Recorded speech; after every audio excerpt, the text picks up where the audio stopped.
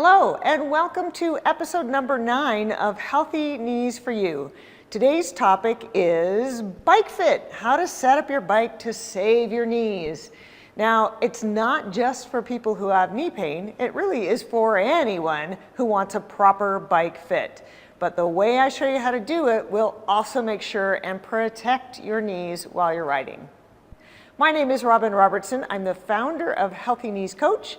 And if we haven't met yet, I'm so glad that you are here. But let's get right on to what you need to know about fitting your bike. Now, today we'll cover the kinds of knee pain that you can have because of your bike fit and how to adjust for that. And then we'll go into the two parts of fitting your seat height and your seat fore-aft. And then we'll do the two parts of fitting your handlebars, the handlebar height and the handlebar fore-aft. So some of the mistakes that I often see people make with their bike fit is that their seat is too low. And that can actually cause pain just above your knee. So if you're cycling along and you're like, my knee kind of hurts above your knee, that probably is an indication that your seat is too low. Another mistake that I see is that your handlebars are too stretched out, because if you're reaching this far all of the time, you're putting a lot of stress on your shoulders and on your neck. So we'll cover how to adjust those handlebars to give you more comfort. Another mistake that I often see is that people give up too soon before your high knee gets used to the seat. But trust me, in 2 to 4 weeks of riding a couple times a week, you'll stop thinking so much about your butt and thinking more about your ride and how great it feels to do the pedaling. The last thing that I often see is that people have foot discomfort because they're not wearing shoes that are super great for cycling. I'll cover that when we start talking about feet as a part of our bike fit. Now, in our Healthy Knees Formula program, we have over 40 videos that help you get started with your exercises and with cycling. For cycling alone, we cover the bike fit, cover the comfort tips. We talk about a stationary bike versus your own bike on a trainer that turns it into a stationary bike. We talk about what kind of clothes to wear, how you can adjust your seat so that it's more comfortable, and then about footwear and specifically what the difference is between using toe cages and shoes that clip into pedals. Right now, let's talk about those different knee pains that you can have on a bike because of the bike adjustments. So we already covered knee pain above your knee is likely due to your seat being too low. If you have knee pain at the back of your knee, that can be because your seat is too high, or if you have low back pain, and that's because you are extending to reach that pedal and maybe shifting your hips as you're pedaling. And then another of the knee pains is in the front of the knee, and this is probably the second most common. And that's because your seat is too close to your handlebars. We'll do an adjustment called knee over pedal, and you'll know exactly what that looks like to be in the proper position for you. So let's get to it. Okay, let's start with seat height. Your first guess when you have a stationary bike, I'll show you. It doesn't work for a road bike or an outdoor bike because your outdoor bike might have thicker tires or wheels that are different sizes. So skip this step for your outdoor bike, but here's where you start for your stationary bike. Stand next to your bike looking forward with your hips next to your saddle, and you'll raise one leg. And now you'll use your hand and your thumb to sort of poke around in the front of your hip to find your hip bone. That's the anterior superior iliac spine, in case you're wondering. Hold onto that spot with your thumb and then turn toward your bike, and you'll see that I want to raise my seat height so that it fits right underneath my hand. I know where my hip bone is, so I can always come back to that with my hand to double check it. So I'll go ahead and raise my seat. And I'll find that spot again. I can go through the whole process here, and that's just the right spot. So it fits just snugly right underneath my hand. Okay, and if you're new to cycling, the easiest way to get on a bike is just to step over the bike and put your foot on that lowest pedal, stand right up, scoot your butt onto the seat, and then you're almost ready to go. So the next part is making sure your foot placement on the pedal is correct. I'm going to go ahead and flip my foot around to the toe cages. The tempting thing with the toe cages is if you have a smaller shoe size, you are not going to need to push your foot all the way into the toe cage.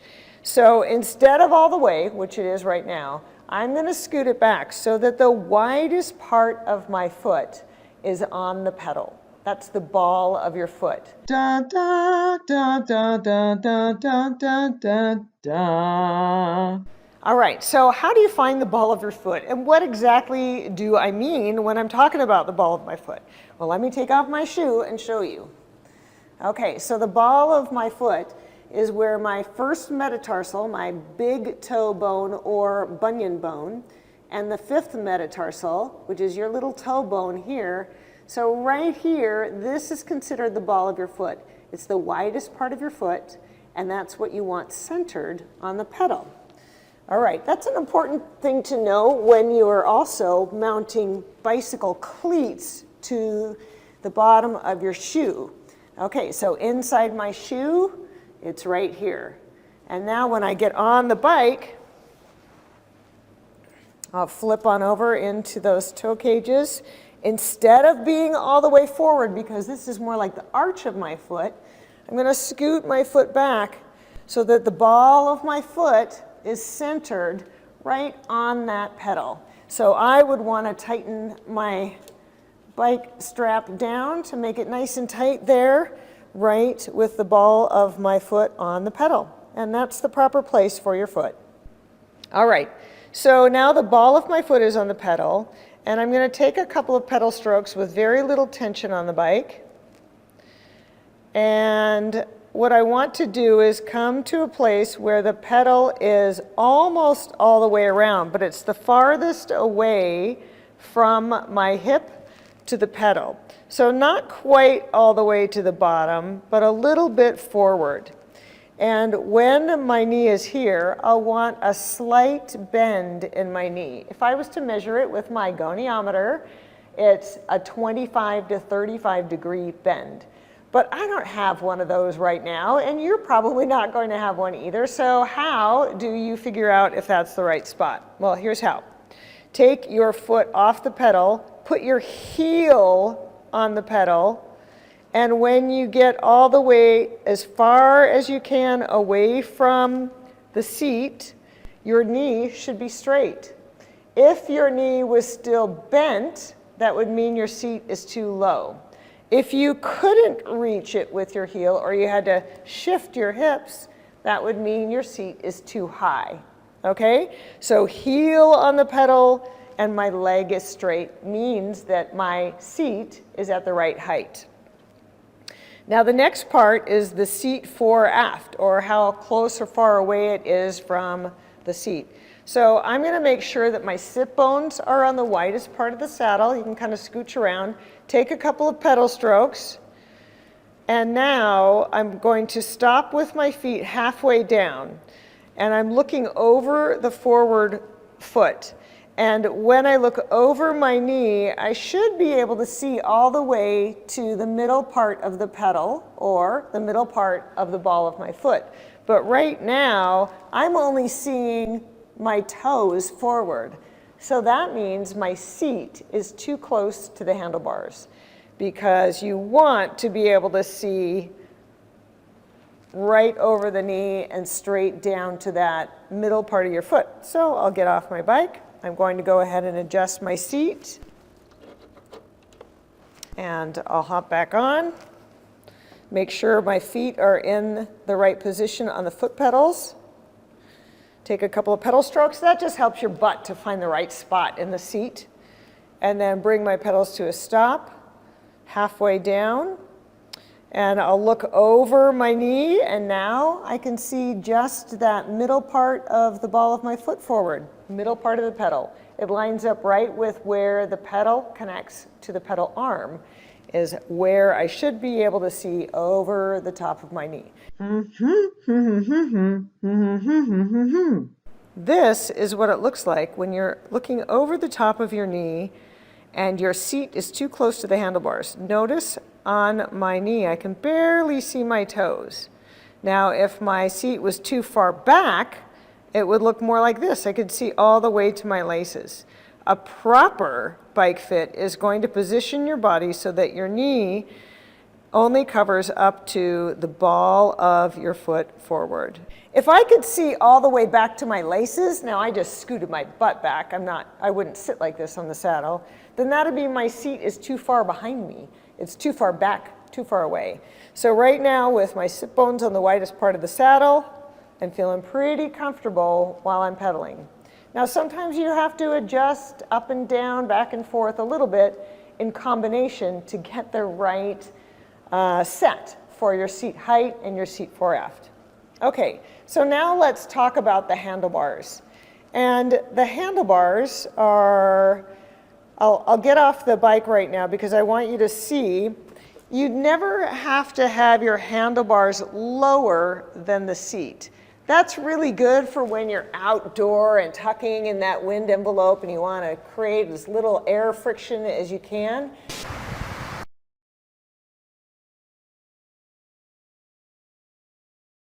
But when you're indoor, you don't have to worry about that air envelope because you're not going anywhere.